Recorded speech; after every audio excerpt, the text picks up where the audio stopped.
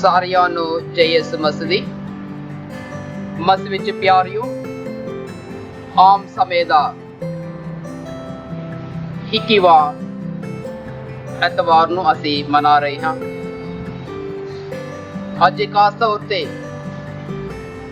ਇਸ ਵਿਸ਼ਾ ਦੇ ਉੱਤੇ ਮਨ ਚਿੰਤਨ ਕਰਾਂਗੇ ਕਿ ਪ੍ਰਭੂ ਯਿਸੂ ਮਸੀਹ ਸਾਡੇ ਲਈ ਕੌਣ ਹੈ। ਆਓ ਪਿਆਰਿਓ, ਮਸੀਹ ਤਾਲੀਮ ਸਾਨੂੰ ਸਿਖਾਉਂਦੀ ਹੈ ਕਿ ਪ੍ਰਭੂ ਯਿਸੂ ਮਸੀਹ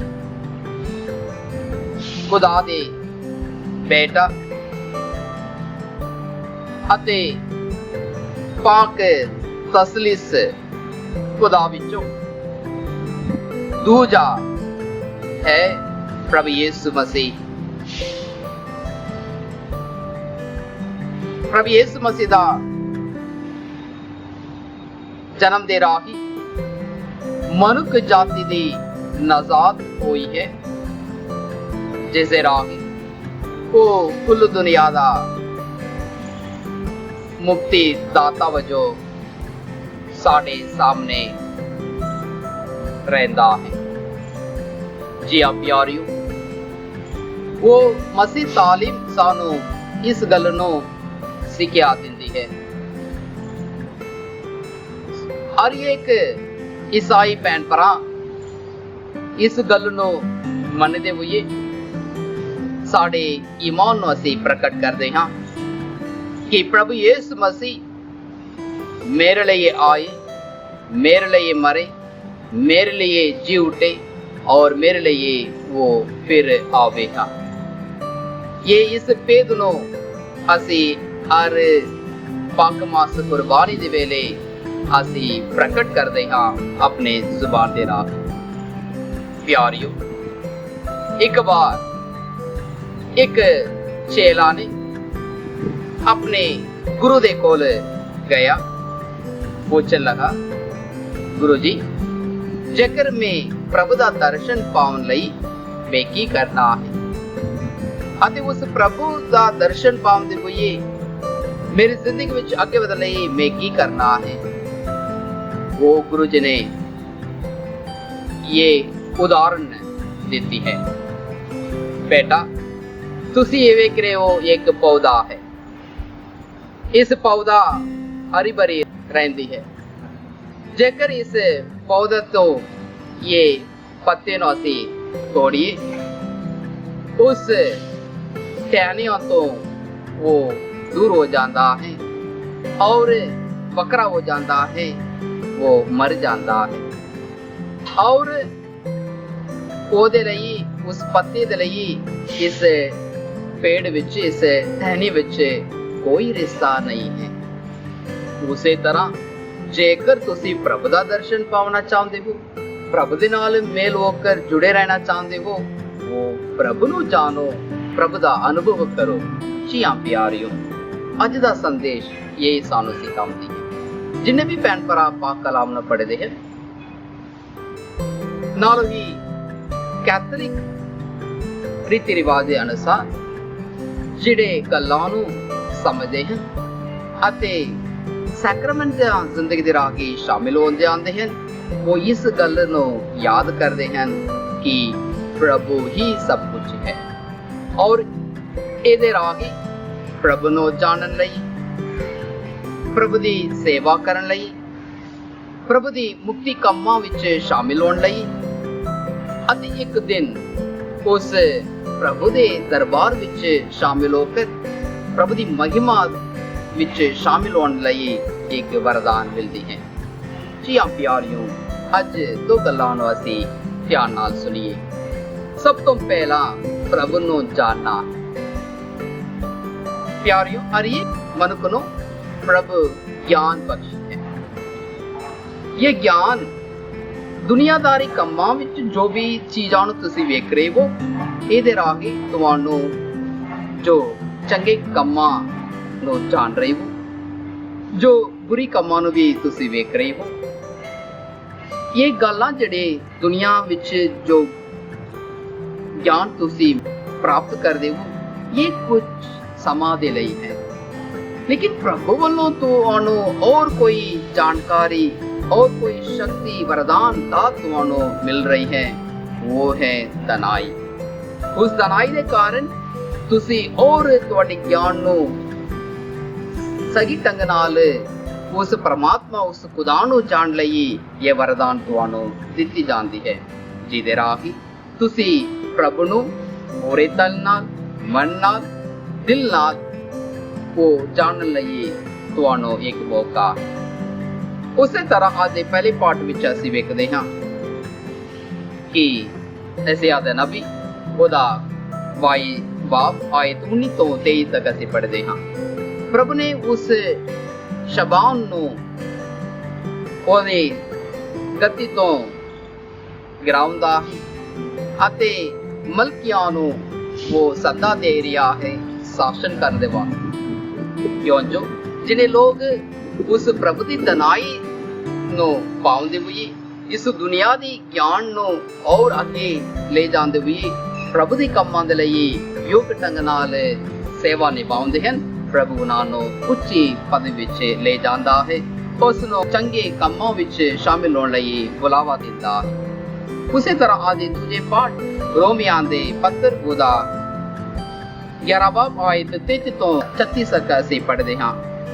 प्रभु दे लई सब कुछ बनाया हुआ है, ओदे राही सब कुछ रचाया होया है, इसलिए जिहड़े भैन भरा उस प्रभु दे वरदान दे मुताबिक जिंदगी गुजारनगे वो प्रभु दे नाल जुड़े रहणगे और प्रभु उस नू दनाई बख्शदा है, बुद्धि दिंदा है अते हर प्रकार दे वरदान दिंदा है, जिहदे राही वो प्रभु दी ज्ञान विच दनाई विच वो आगे बढ़दे जावे। और दूजी गल है ना केवल साड़ी ज्ञान विच उस प्रभु नू जानना, सगों प्रभु दा अनुभव भी पाना है। इसलिए प्यारियो प्रभु दा अनुभव पाउण लई जिस तरह इस पेड़ विच वो पत्ते उस टहनियां दे नाल जुड़े हुए हरा भरा रहिंदी है, उसे तरह खुदा नू जान तो मगरों तुसी प्रभु दे नाल जुड़े रहंदे हुए हरा भरा जिंदगी दे विच शामिल होना है।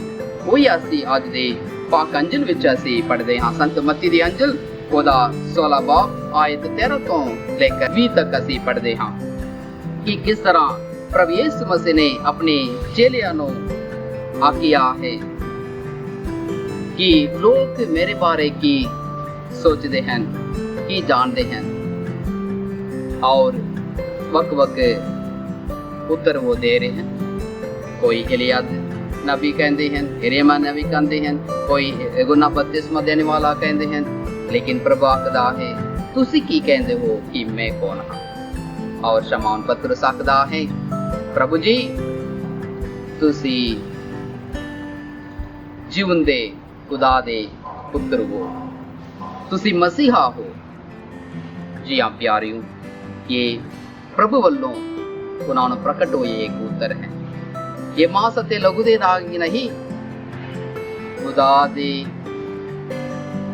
महान कम्मां दे राही इस भेद नू प्रकट कीता है। इसलिए प्यारियों जरूर संत पतरस प्रभु ने वेखिया, प्रभु दे नाल जुड़िया है, वो अपने ज्ञान नाल बुद्धि नाल उसनो समझिया है, लेकिन इस तो वध के प्रभु नु अनुभव कीता है। प्रभु कौन है, प्रभु नु अनुभव कीता है, प्रभु दे नाल जुड़े रहिया है। भावे किन्ने भी कमजोर इंसान क्यों ना हो संत पतरस, लेकिन प्रभु उन्होंने चुनिया है, नियुक्त कीता है और उन्होंने अधिकार दे रहा है। जिन्ने भी चीज़ों तुसी इस धरती विच बनने रहोगे वो स्वर्ग विच भी बनने रहेगा। जिहड़े भी तुसी इस दुनिया विच जो बोलोगे वो स्वर्ग विच भी। इसलिए बोल अते बनन दा अधिकार प्रभु शमौन पतरस नू दे दिता है। जी हाँ प्यारियों, हर एक मसीह भैन भरा जब प्रभु दे नाल जुड़दे हैं वो प्रभु नू पकड़ के रहना है, प्रभु दे नाल जुड़े रहना है। असीं कमजोर इंसान पापमय जिंदगी गुजारने वाले हाँ, लेकिन सानू प्रभु ने ये ज्ञान बख्शी है, दनाई बख्शी है, जिहदे राही बुराई अते भलाई परखण दी शक्ति दे नाल असीं सच्चे प्रभु दी आराधना महिमा दे वल आगे वधना है, जिहदे राही ਅਸੀਂ ਪ੍ਰਭੂ ਯਿਸੂ ਮਸੀਹ ਕੌਣ ਹੈ ਮੇਰੇ ਲਈ, ਉਹ ਪਰਖਣ ਦੀ ਸ਼ਕਤੀ ਤੁਹਾਨੂੰ ਮਿਲ ਜਾਵੇਗਾ। ਜੀ ਹਾਂ ਪਿਆਰਿਓ, ਪ੍ਰਭੂ ਤੁਹਾਡੇ ਲਈ ਕੌਣ ਹੈ? ਤੁਸੀਂ ਇਸ ਪ੍ਰਸ਼ਨ ਨੂੰ ਤੁਸੀਂ ਉੱਤਰ ਦੇਣਾ।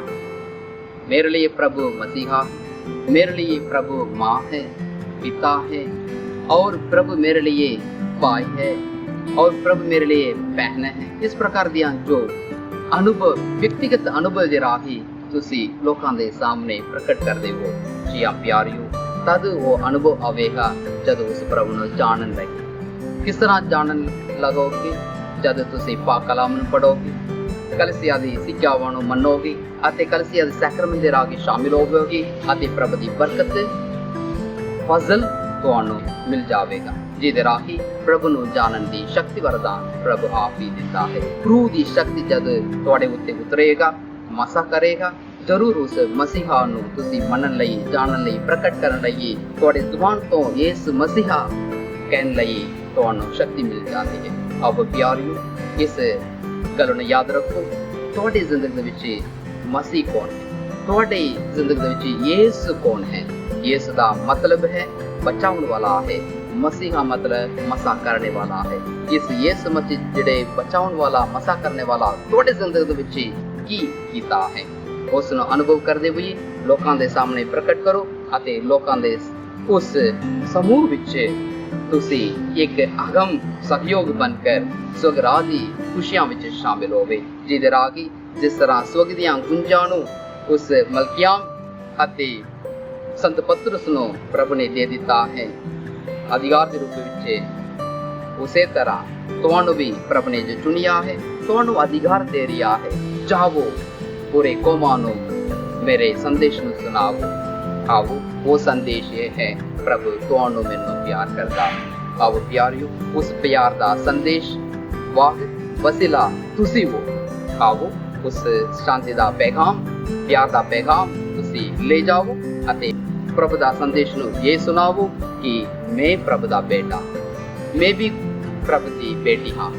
ਮੇਰੇ ਦੇ ਰਾਹੀਂ ਪ੍ਰਭੂ ਤੁਹਾਨੂੰ ਇਹ ਸੰਦੇਸ਼ ਦੇ ਰਿਹਾ ਹੈ। ਉਸ ਸੱਚੇ ਪ੍ਰਭੂ ਨੂੰ ਜਾਣੋ, ਸਵੀਕਾਰ ਕਰੋ ਅਤੇ ਸੇਵਾ ਵਿੱਚ ਲੱਗੇ ਰਹੋ, ਤਾਂ ਜੋ ਮੁਕਤੀ ਕੰਮਾਂ ਵਿੱਚ ਤੁਸੀਂ ਵੀ ਸ਼ਾਮਿਲ ਹੋ ਕਰ ਇਹ ਸੰਦੇਸ਼ ਤੁਸੀਂ ਪ੍ਰਗਟ ਕਰ ਸਕਦੇ ਹੋ ਕਿ ਮਸੀਹ ਜੀਵਨ ਦੇ ਖੁਦਾ ਦੇ ਬੇਟਾ ਹੈ। ਬਾਪ ਅਤੇ ਬੇਟੇ ਦੇ ਰੂਪ ਦੇ ਨਾਮ ਤੇ ਆਮੀਨ। ਸਾਰਿਆਂ ਨੂੰ ਯਿਸੂ ਮਸੀਹ ਦੀ